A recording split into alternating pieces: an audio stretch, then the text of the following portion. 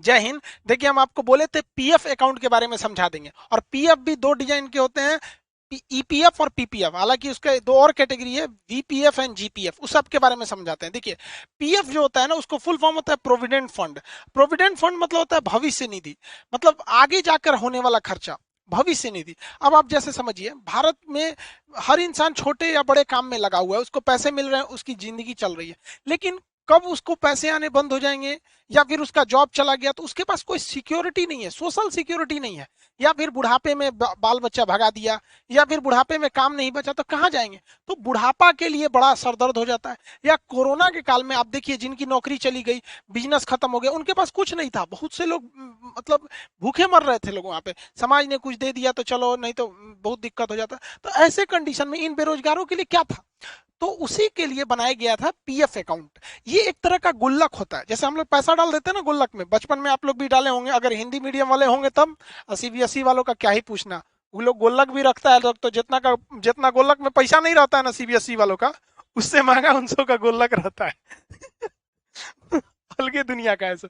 हम लोग का तो ये बचपन में हम लोग 1 रुपया खरीद के लाते थे, और घटता था ना तो उसमें से तनी तनी निकाल लेते थे, पूरा नहीं, फोड़ देंगे तो खत्म हो जाएगा। तो ऐसे ही एक गुल्लक सरकार ने बनाया है, जिस गुल्लक को कहते हैं प्रोविडेंट फंड। अब बार बार प्रोविडेंट फंड या भविष्य निधि तो कहेंगे नहीं, इसलिए इसे क्या कहते हैं, पीएफ कहते हैं, प्रोविडेंट फंड शॉर्टकट में।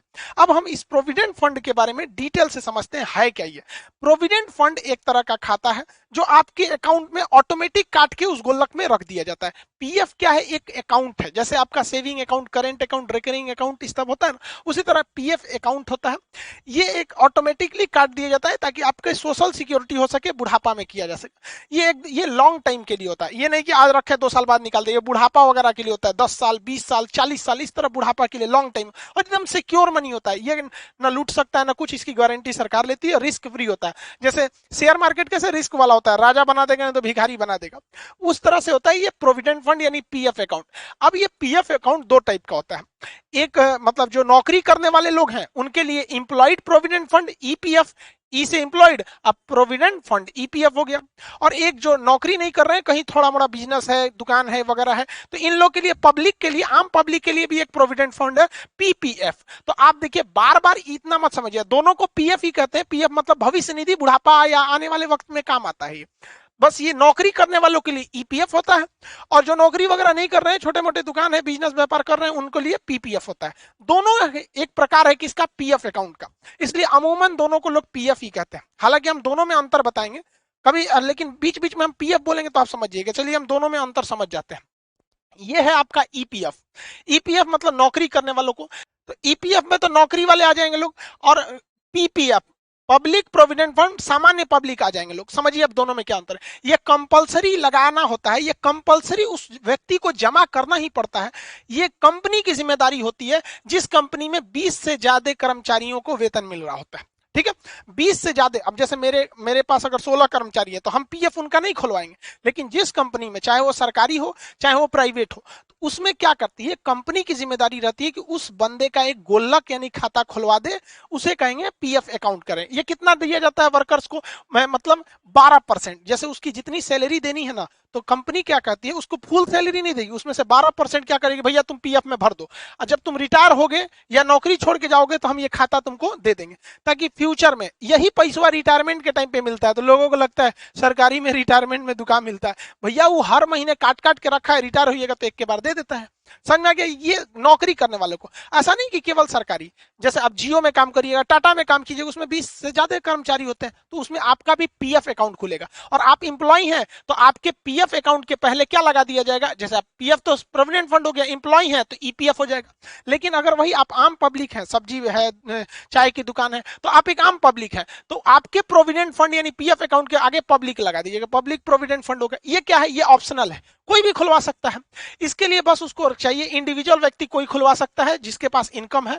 बस शर्त यह है कि वो भारत में रह रहा होना चाहिए। अगर भारत के ही अमेरिका में रह रहे हैं, काम करने आ रहे हैं, या जो सऊदी में काम करते हैं, वो लोग नहीं खुलवा सकते इसमें। यहाँ समझ में क्या? अब बात आती है ये गोलकवा रहता कहाँ है। कहाँ गुल्लक रहता है? तो आम पब्लिक को कहा जाता है कि आम पब्लिक का जो पीपीएफ अकाउंट होता है यानी पीपीएफ, वो कहा जाता है कि आप या तो बैंक में खुलवा लीजिए या तो फिर आप पोस्ट ऑफिस में खुलवा लीजिए, आपके लिए कोई रोक टोक नहीं है, आप कहीं पे खुलवा सकते हैं। लेकिन जो कर्मचारी होते हैं, इंप्लॉय होते हैं, उनके लिए एक अलग बैंक है, वो उसको दुनिया के किसी आदमी से मतलब नहीं है, उसका काम है गुल्लक रखना, उसका नाम है ईपीएफओ। ई से हो गया तो ईपीएफ तो है, ओ लगा दीजिए, EP employed provident fund organisation. EPFO एक ऑर्गेनाइजेशन है जिसका काम है जो सरकारी या प्राइवेट कंपनी में जो जो काम करता है उसका पैसा अपने पास रखता है और कहता है हम रिटायरमेंट के टाइम देंगे। हम क्या देंगे? रिटायरमेंट के टाइम, और जितना दिए ना उसमें से और बढ़ा के देंगे। समझ में आ गया कि नहीं आ गया? तो बस अंतर यही होता है कि जो इंप्लॉय लोगों का अकाउंट खुलता है वो ईपीएफओ के अंडर में खुलता है, और जो पब्लिक आम पब्लिक के लिए पीपीएफ खुलता है वो बैंक और पोस्ट ऑफिस में खुलता है। अब इसके लिए जिम्मेदार है श्रम मंत्रालय, उसके लिए श्रम मंत्रालय जिम्मेदार है, और इसके लिए बैंकिंग सिस्टम जिम्मेदार है यानी आरबीआई है। ये 12% आपकी सैलरी से काट लिया जाता है। इसमें आपको तो सैलरी मिल ही नहीं रही है तो 12% काटेगा क्या? अब आपका मन, आप हर महीने या हर साल आप 500 रुपया जमा कर दीजिए, या 500 से 1.5 लाख रुपया जमा कर सकते हैं। अब कोई सब्जी वाला है, अब वो सोचता है कि हम 1 रुपया कर मान के चलिए 2-2 रुपया के हिसाब से सोच रहा है, साल भर में उसका भी लगभग 700 रुपया हो जाएगा। उस हिसाब से वो साल भर में 500 से लेके 1.5 लाख रुपया तक जमा कर सकता है। बशर्ते अंतर क्या है, इसे पोस्ट ऑफिस या बैंक में जाके जमा करना पड़ेगा। और इंप्लॉय प्रोविडेंट फंड में क्या होता है, उसकी सैलरी से कंपनी खुद ही काट लेती है और कहती है कि देख तुम्हारा 1 लाख मान के चलो, तुम्हारा 50,000 सैलरी है, तो 12% हम तुम्हारे में से डाल दिए किसमें? तुम्हारे ईपीएफओ के अकाउंट में, ईपीएफओ के अकाउंट में। समझ में आ गया कि नहीं आ गया? किसी को दिक्कत? इसमें जो ब्याज मिलता है वो 8 से 9% ब्याज मिलता है, यानी जितना पैसा जमा किए जब आपको सरकार लौटाएगी, ईपीएफओ लौटाएगी तो 8 से 9% ब्याज देगी। जबकि इसमें जो आम पब्लिक के लिए है, तो आम पब्लिक के लिए देख रहे हैं फिक्स भी नहीं है, कोई 500 दे रहा है, कोई 1.5 लाख दे रहा है, तो इसमें थोड़ा ब्याज कम मिलता है, उससे 1% कम। इसमें 7 से 8% ब्याज मिलता है, जबकि इसमें 8 से 9% ब्याज मिलता है। यानी ब्याज के हिसाब से देखिएगा तो इन दोनों के हिसाब से ये थोड़ा सा अच्छा ब्याज दे देता है, 1% ज्यादा दे देता है। और इन ब्याज की जो तुलना होती है प्रत्येक तिमाही होती है, हर 3 महीना पे ब्याज दर बढ़ाया घटाया जा सकता है। सरकार अगर ब्याज बढ़ा देती है तो आपको फायदा है, सरकार घटा देती है तो आपको घाटा हो जाता है। अगर सरकार कह दे कि हम 10% ब्याज देंगे तो आप ही के पैसों पे ज्यादा ब्याज मिल जाता है। उसके बाद देखिए ये कब कंप्लीट होता है, तो ये इंप्लॉय लोगों के लिए है, ये वाला प्रोविडेंट फंड जो है भविष्य निधि इंप्लॉय के लिए है। तो कहा जाता है इसकी मैच्योरिटी यानी ये कब पूरा होगा, जब आप रिटायर यानी सेवानिवृत्त होंगे तब। अब ये तो बिजनेसमैन या छोटे मोटे व्यापारी के लिए था, ये लोग तो रिटायर होते नहीं है बेचारे, तो इनको कहा गया है देखिए आपका टोटल पैसा जो है वो 15 साल बाद लौटाया जाएगा। तो आप कहेंगे काहे लौटा रहा है, तो सुनिए ध्यान से, आपका हर महीने जो 12% ईपीएफ के रूप में यानी पीएफ अकाउंट में कट रहा था, वो जब आप रिटायर होंगे ना तो उसमें 9%, 8 से 9% ब्याज जोड़ के वही आपको दे दिया जाएगा। समझ में आ गया? उसी को कहा जाता है रिटायरमेंट के बाद भी सरकारी में पैसा मिलता है। इसमें भी है, आप 15 साल तक जमा कीजिए और उसके बाद आपका जब 15 साल बाद निकालिएगा तो आपको 7 से 8% जो उस समय का रेट रहेगा उस रेट से आपको पैसे मिल जाएंगे। अब आप एक बार में निकालिए या उसमें महीना महीना बनवा दीजिए, वैसे रिटायरमेंट के टाइम पे आप एक बार में पैसा निकालिए, महीना महीना बनवा दीजिए। लेकिन मान के चलिए कि कोई व्यक्ति है, वो सरकारी कर्मचारी है या प्राइवेट कर्मचारी, मान के चलिए प्राइवेट है, तो प्राइवेट भी इंप्लॉय है तो उसका भी जो प्रोविडेंट फंड यानी पीएफ अकाउंट होगा वो तो इंप्लॉय है तो ईपीएफ ही होगा। अब उसको बीच में पार्शियल विड्रॉल करना है, बीच में पैसा निकालना है, उसको रिटायरमेंट तक नहीं रखना है, तब तो कम से कम 5 साल बाद वो पार्शियल विड्रॉल कर सकता है। कम से कम 5 साल रखेगा। कब? एक कंडीशन है, उसके यहाँ शादी ब्याह पड़ गई बेटा बेटी का, या उसको दवा में इमरजेंसी आ गया, एजुकेशन के लिए लेना है, बेटा बेटी को पढ़ाना है, कहना है कि भैया इस सैलरी से नहीं हो रहा है हमारा है, थोड़ा सा दे दीजिए, लड़का का फीस जमा करना है, तो शादी मेडिकल एजुकेशन या इमरजेंसी में आप 5 साल बाद कुछ पैसा निकाल सकते हैं, पार्शियल विड्रॉल, ना कि पूरा निकाल लेंगे। इसमें भी सेम कंडीशन है, 5 साल बाद पार्शियल विड्रॉल कर सकते हैं। कितना अच्छा है, जैसे आप भी गुल्लक रखते हैं तो जब देखते हैं कि कुछ नहीं हो रहा तो पार्शियल विड्रॉल कर देते हैं, कुछ सिक्का उच्चा डाल के इसे निकाल लेता है, 1-2 रुपया आदमी बचपन में निकाल लेता था। तो इसमें दोनों सेम होते हैं सब।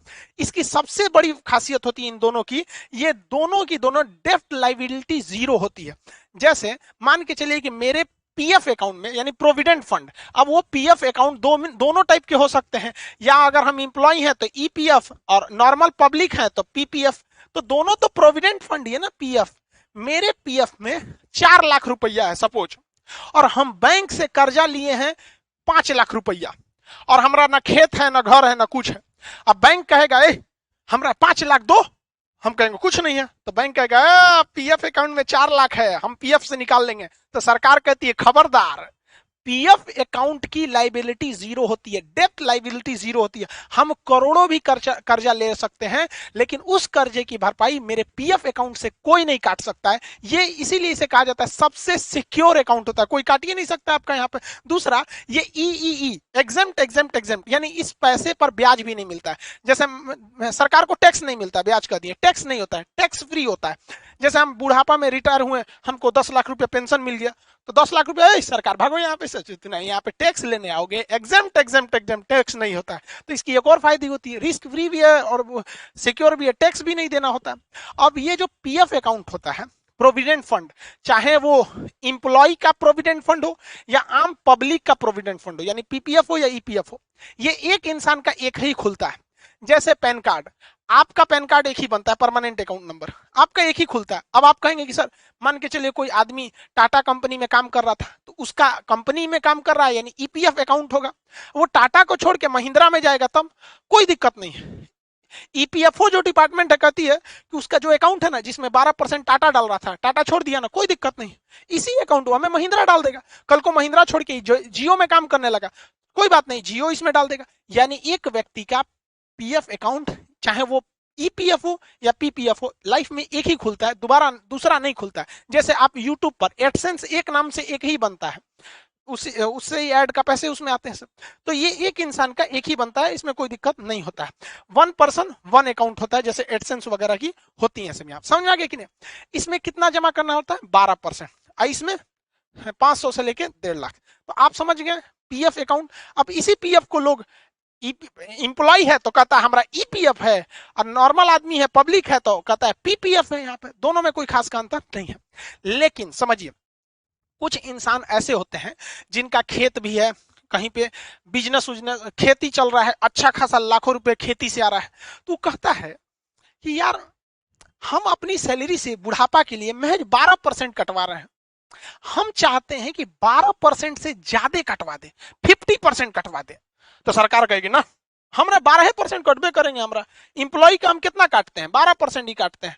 हम पीएफ के अकाउंट में जो इंप्लॉय है उसका हम कितना काटते हैं? 12% काटते हैं।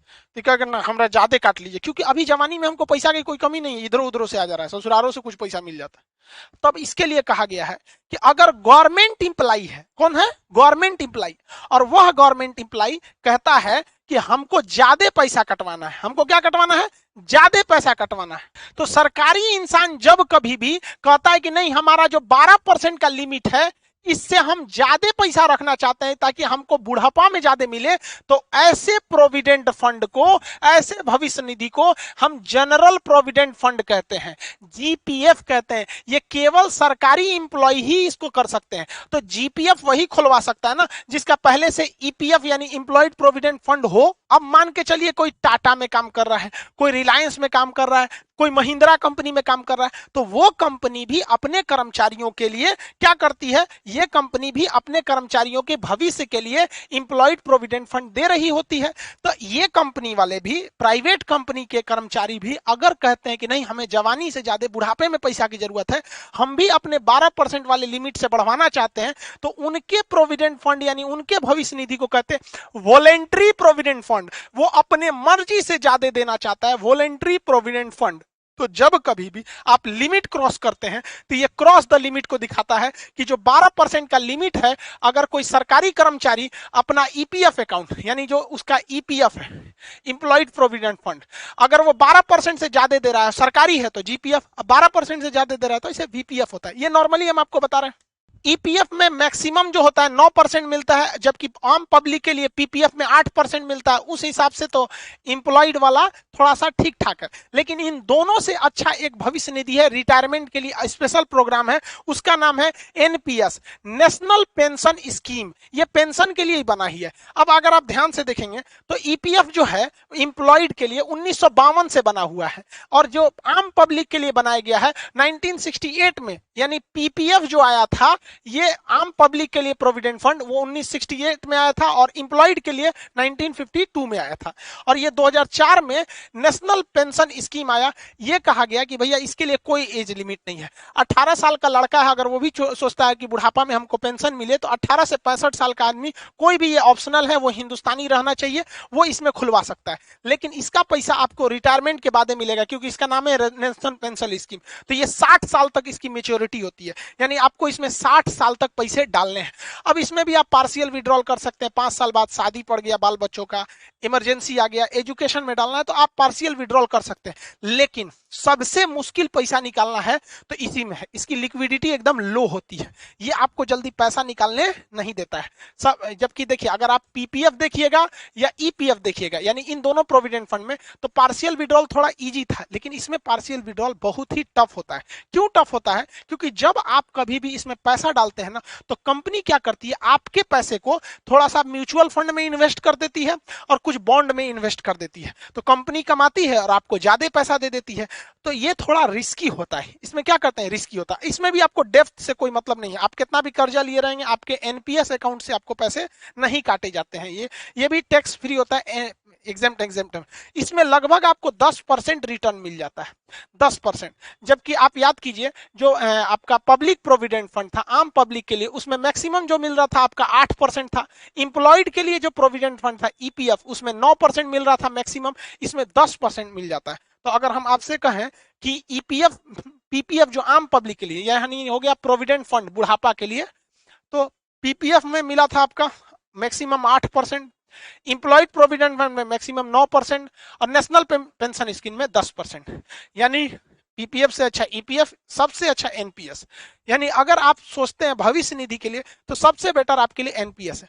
लेकिन ये सब के सब आपको कहने के लिए है। आप देखिएगा तो हर साल महंगाई भी लगभग 8 से 10% बढ़ जाती है, तो आपको 10% एक्स्ट्रा मिलेगा, तो आप समझिए उस समय तक तो उतनी महंगाई मिलके आपको बराबर कर दी चुकी रहेगी, बहुत ज्यादा प्रॉफिट नहीं देगी। ये आपको सिक्योरिटी देती है, बहुत प्रॉफिट नहीं, बहुत ज्यादा प्रॉफिट के लिए फिर आपको स्टॉक मार्केट या म्यूचुअल फंड, स्टॉक मार्केट में सेंसेक्स या निफ्टी में और बिटकॉइन वगैरह में होता है।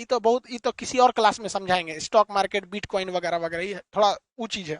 तो आप पीएफ अकाउंट समझ गए, लोग इसको भी पीएफ ही कहते हैं क्योंकि ये पीपीएफ है, पब्लिक के लिए है, इसे भी लोग पीएफ ही कहते हैं। तो ये पीएफ मतलब समझ गए ना, भविष्य का जो पैसा होता है। इसके अलावा एक ग्रेच्युटी होती है, उसको समझते हैं।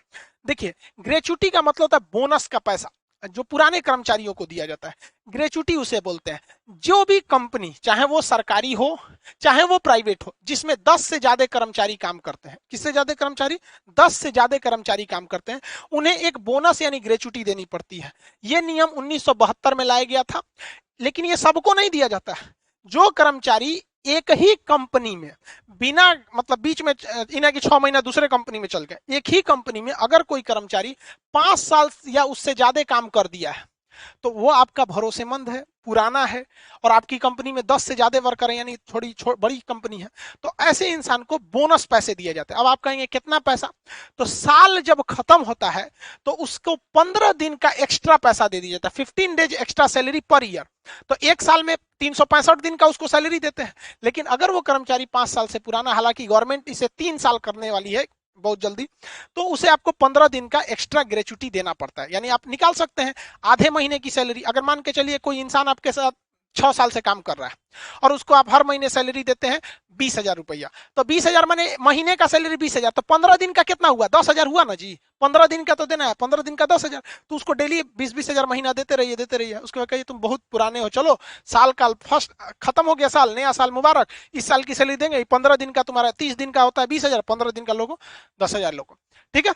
हालांकि देखेंगे तो ग्रेच्युटी निकालने का फॉर्मूला भी होता है। फॉर्मूला होता है जो आपकी बेसिक सैलरी दिए गए, उसके बाद जो डेयरिंग अलाउंस दिए गए हैं, महंगाई वगैरह का भत्ता, इन दोनों को जोड़ दिया जाता है, फिर 15 से गुणा कर दिया जाता है, फिर कितने टेन्योर, कितने साल से आप उसमें काम कर रहे हैं, 6 साल 7 साल 10 साल, और उसमें 26 दिनों से भाग दे दिया जाता है। क्योंकि ग्रेच्युटी निकालते समय महीने को 26 दिन का ही रखा जाता है, संडे हटा के रख दिया जाता है। तो इस हिसाब से अगर मान के चलिए कि कोई आदमी है जिसकी सैलरी है 40,000 रुपया और 12,000 रुपया उसको डीए मिल रहा है, यानी टोटल उसकी सैलरी कितनी हो जाती है, सैलरी प्लस डीए मिला के 52,000 रुपया। तो ग्रेचुटी निकालने के लिए इन दोनों को जोड़ दिया जाता है, तो दोनों को जोड़े हैं तो 52,000 रुपया यहाँ लिख देते हैं।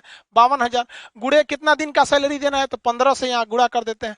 मान के चलिए यह व्यक्ति 10 सालों से काम कर रहा है, इसका टेन्योर यहाँ कितना लिख देते हैं, 10 साल, बटा कितना से भाग देना है, 26 से। जब आप 26 से भाग देंगे तो 26 दूनी 52, यहाँ हो जाएगा 2,000, यहाँ कितना हो जाएगा 2,000, बस यहाँ।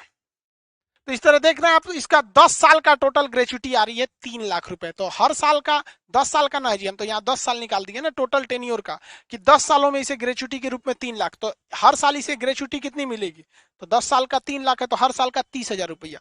तो इस प्रकार इसे ग्रेचुटी मिलेगी। तो ये एक प्रकार का क्या चीज है, बोनस होता है। बैंकिंग में अभी अगला टर्म जो आपको बताएंगे एनईएफटी, आरटीजीएस और आईएमपीएस, और उसके सबके ऊपर ही आ गया है यूपीआई, और सबके ऊपर बाप बैठा है एनपीसीआई, ये अम्ब्रेला है। तो इसके बारे में अब नेक्स्ट वीडियो में समझाएंगे। आई होप आप पीपीएफ अकाउंट, पीएफ वगैरह समझ गए होंगे। मिलेंगे नेक्स्ट क्लास में। जय हिंद।